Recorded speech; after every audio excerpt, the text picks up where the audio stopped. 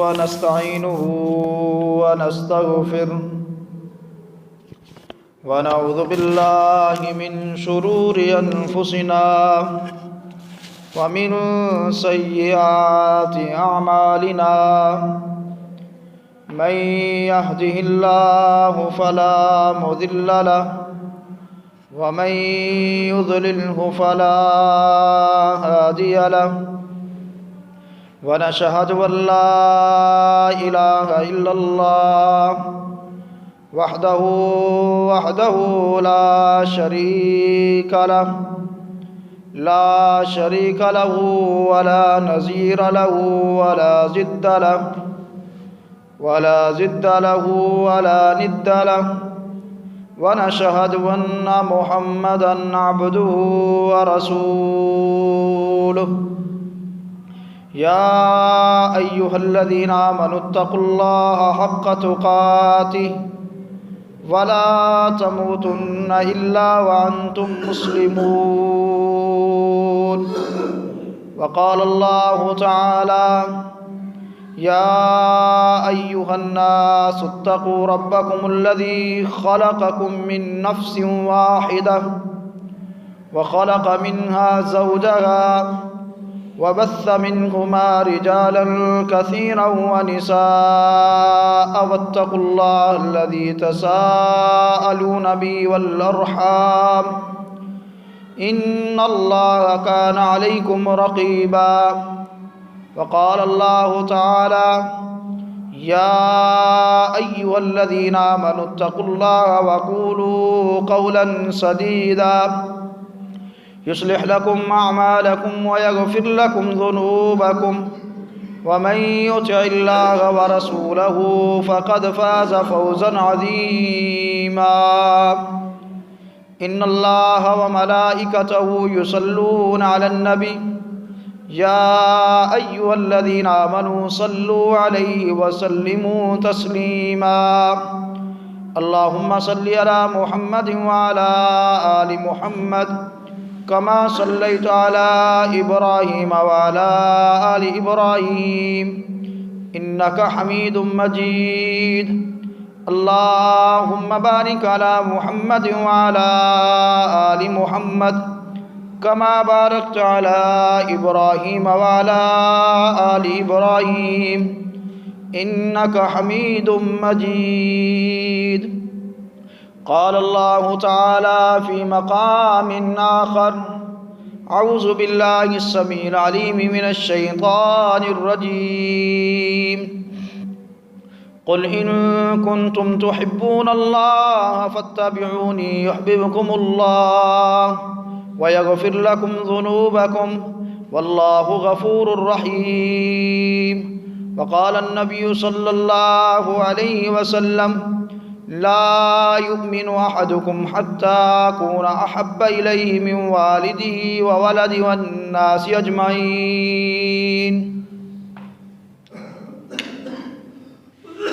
حمد و ثنا پڑھائی کبریائی اونچائی اللہ وحدہ لا شریک کے لیے، درود و سلام امام الہدیٰ امام الاتقیاء سید الاولین والآخرین جناب محمد رسول اللہ صلی اللہ علیہ وسلم کی ذات پر مختصر حمد و ثنا اور درود و سلام کے بعد، دوستو بھائیو، میں نے آپ کے سامنے سورۃ آل عمران سے آیت مبارکہ پڑھی ہے۔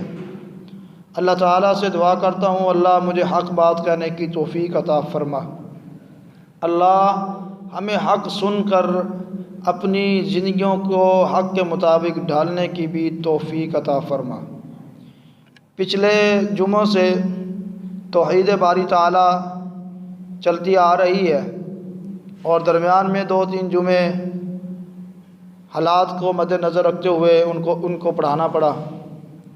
آج حضرت رسول اللہ صلی اللہ علیہ وسلم کی شخصیت کے بارے میں، آپ علیہ الصلاۃ والسلام کی محبت، آپ کے ساتھ ہماری عقیدت، آپ کے ساتھ ہمارا پیار کیسا ہونا چاہیے، کس طرح صحابہ اکرام رضوان اللہ علیہ مجمعین نے پیار کر کے بتلایا ہے۔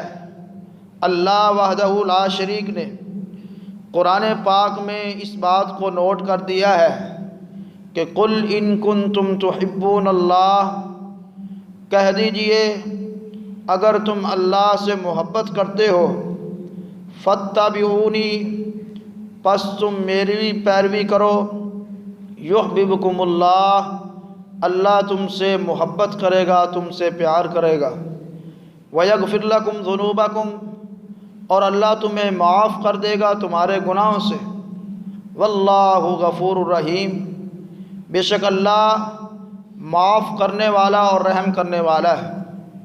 رسول اللہ صلی اللہ علیہ وسلم نے خود فرما دیا، لا یؤمن احدکم حتی اکون احب الیہ من والدہ وولدہ والناس اجمعین، لوگوں تم میں سے اس وقت تک کوئی شخص مسلمان نہیں ہو سکتا، کوئی بھی انسان مومن بن ہی نہیں سکتا جب تک وہ محبت اور عقیدت وہ اپنے دل میں مجھے ہر چیز سے زیادہ نہ بسا لے، ہر لحاظ سے، ہر زاویے سے، ہر اینگل سے، ہر راستے سے، ہر محبت سے، ہر عقیدت سے بڑھ کر جب تک وہ میرے ساتھ محبت اور پیار نہیں کرے گا اس وقت تک کوئی بھی مومن نہیں ہو سکتا۔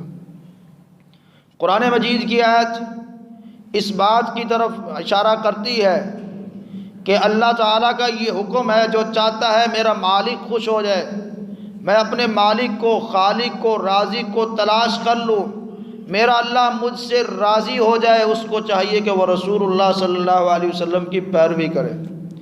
جب تم اللہ کی خوشنودی کو تلاش کر رہے ہو، اللہ اس بات کو اجاگر کر رہے ہیں، بیان کر رہے ہیں، قرآن پاک میں بیان کر دیا ہے کہ اللہ کی محبت کو تلاش کرنے کا ایک راستہ ہے، وہ رسول اللہ صلی اللہ علیہ وسلم کی پیروی ہے۔ اگر رسول اللہ صلی اللہ علیہ وسلم کی پیروی کرو گے، اللہ خود بخود تم سے پیار کر لے گا، اللہ تمہیں اپنے دل میں بسائے گا، تم دنیا میں اللہ کو یاد کرو گے، چار آدمیوں کے درمیان اللہ فرشتوں کی مجلس میں تمہیں یاد کریں گے۔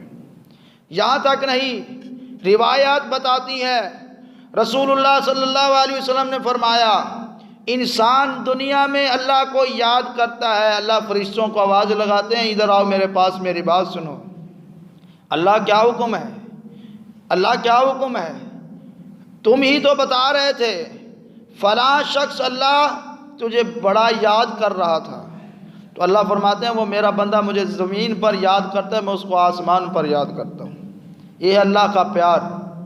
اللہ کا پیار انسان سے یہ ہے۔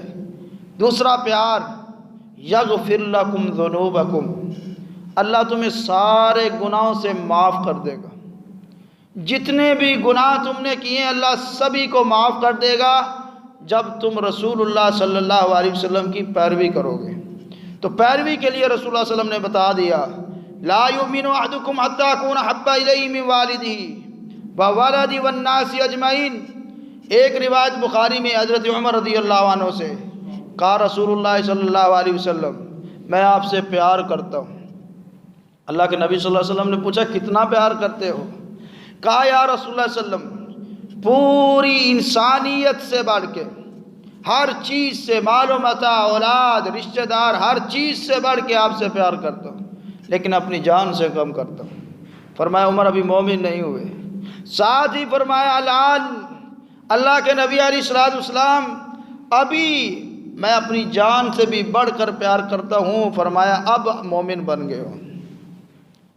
اس زاویے کو میں بھی دیکھوں اور آپ بھی دیکھیں، کیا ہم اپنے آقا سے، اپنے ہادی سے، نور ہدایت سے، امام الانبیاء سے، سید البشر سے، امام اعظم سے، کیا ہر چیز سے بڑھ کر پیار کرتے ہیں یا نہیں کرتے؟ ہر ایک اپنے ہی دل میں دیکھے، پتہ چل جاتا ہے کتنا ہمارا پیار ہے۔ توحید کا خلوص نظر آتا ہے رسالت میں۔ اگر توحید کرتا رہے، رسول اللہ صلی اللہ علیہ وسلم کا ادب نہ کرے، آپ کو نہ مانے، اس کی توحید بھی اس کے کام نہیں آتی۔ توحید تب مکمل ہوتی ہے جب رسالت کو بھی مانا جائے۔ جب رسالت کا انکار ہو جائے پھر توحید مکمل نہیں ہوتی۔ توحید کو چھوڑ کر رسالت کو بڑھا دے تب بھی وہ مومن نہیں ہوتا۔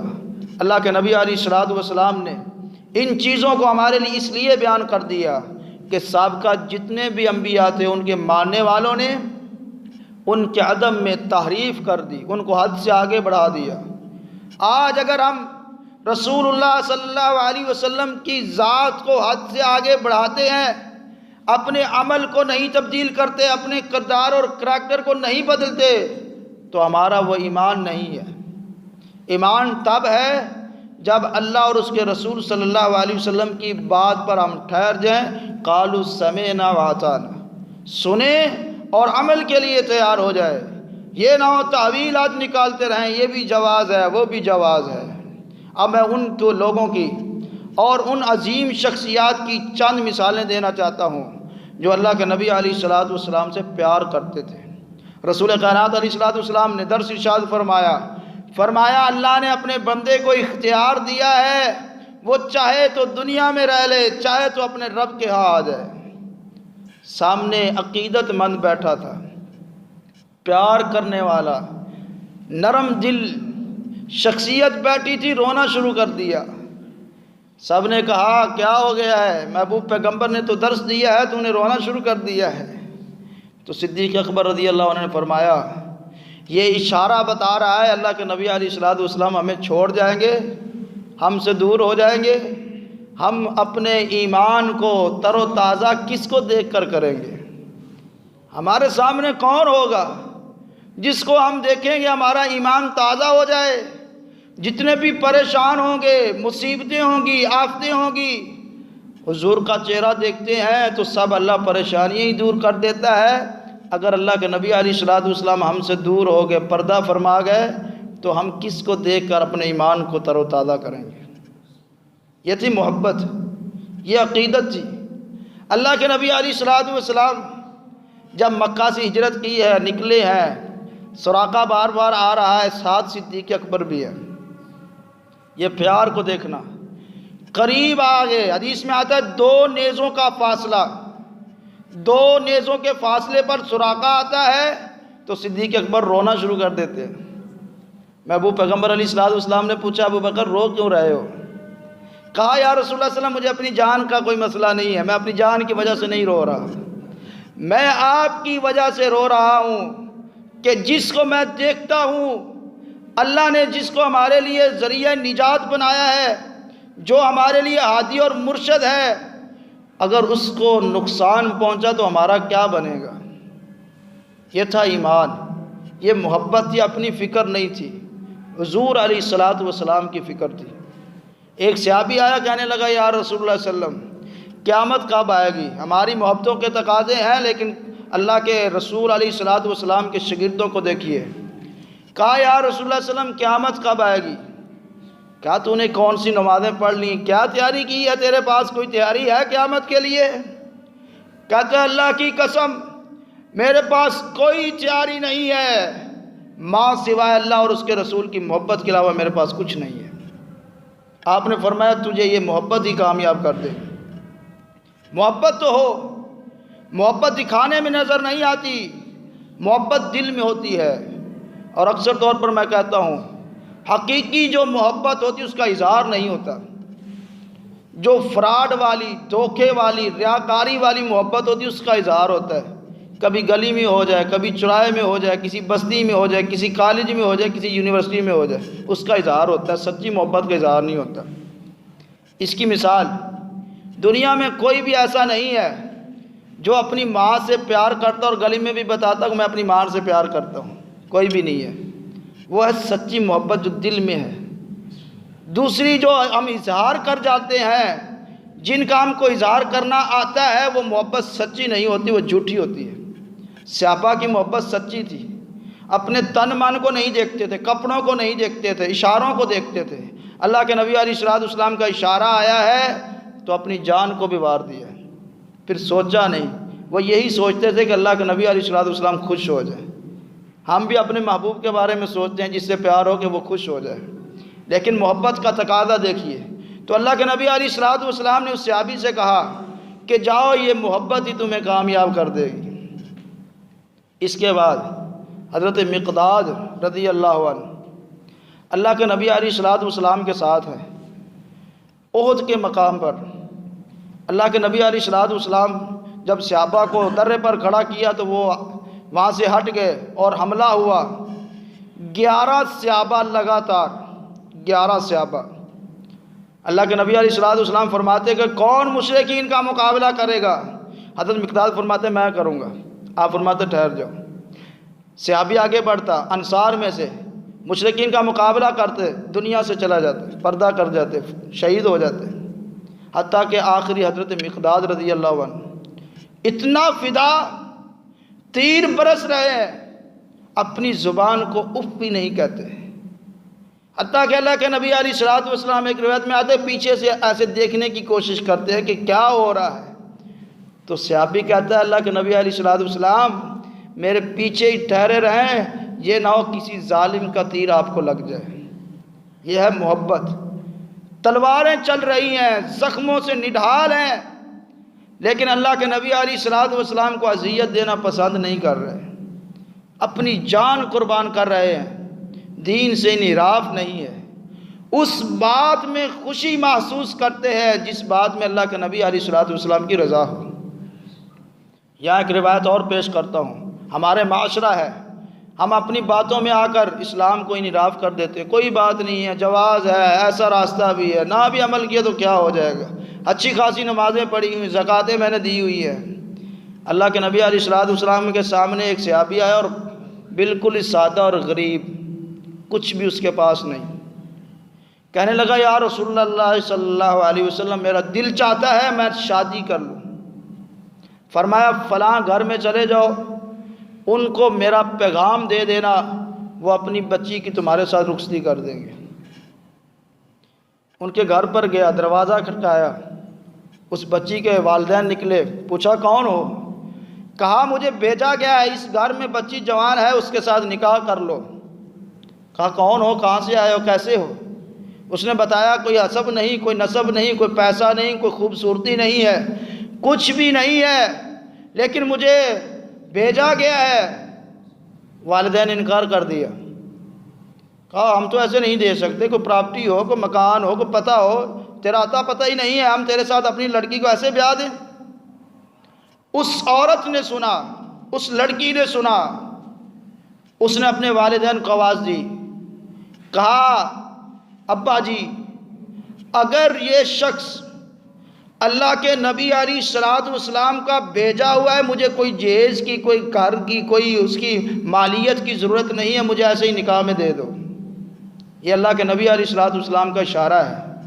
اگر ان کا اشارہ ہے تو مجھے دنیا کا کوئی مشن میرا ہے ہی نہیں، مجھے کوئی ضرورت ہی نہیں ہے، میرا دنیا میں آنے کا مقصد ہے میرا اللہ اور رسول راضی ہو جائے۔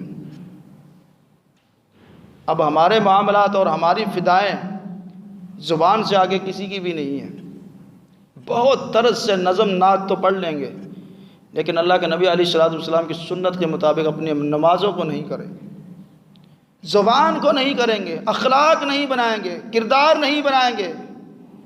اللہ کے نبی علیہ الصلوۃ والسلام کے صحابہ کو دیکھیں تو آپ علیہ الصلوۃ والسلام کے ہر بات کا پہرا دیتے نظر آتے ہیں۔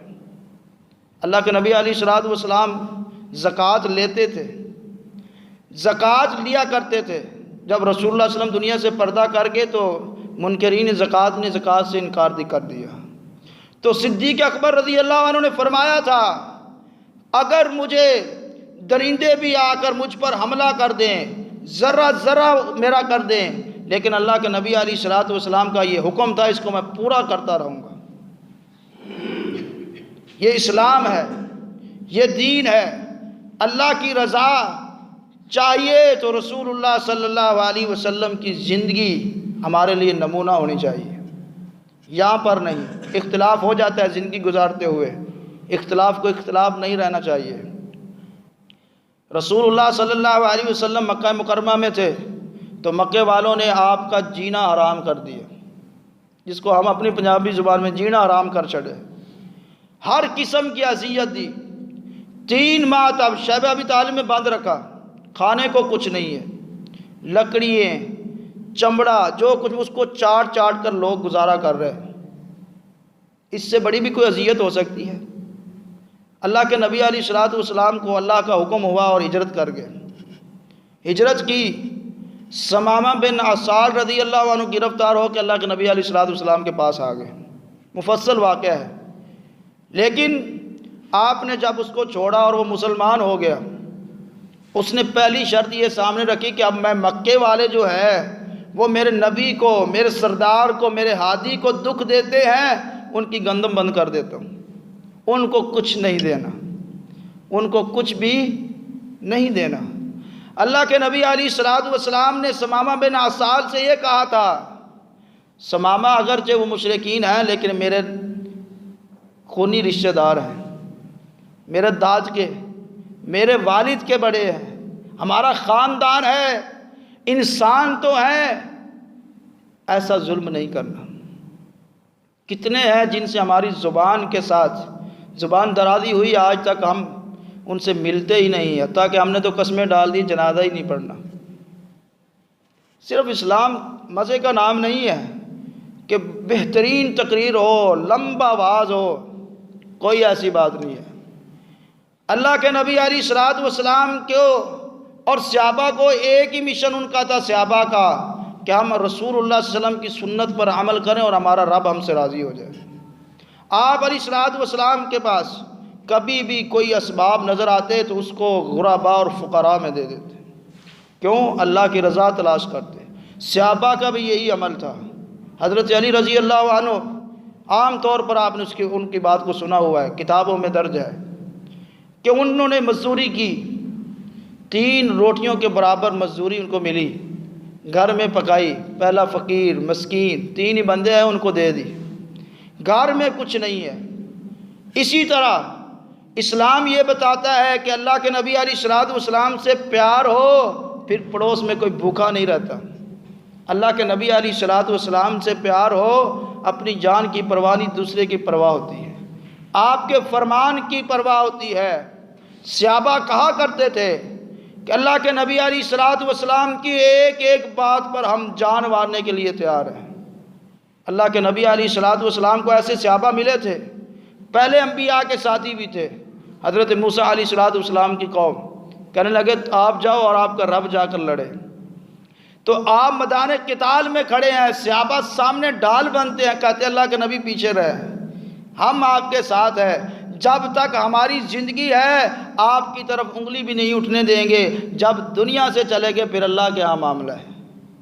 آج ہماری زندگیوں کا فدا، ہماری جان نشینی، سب کچھ ہم جانتے ہیں، سمجھتے ہیں، غور و فکر بھی کرتے ہیں، لیکن کمی ہے تو عمل کی کمی ہے۔ ہر اپنے معاملے کو جیسے صحابہ نے جان دے کر پرواہ نہیں کی، ہمیں عمل کر کے بھی پرواہ نہیں کرنی چاہیے۔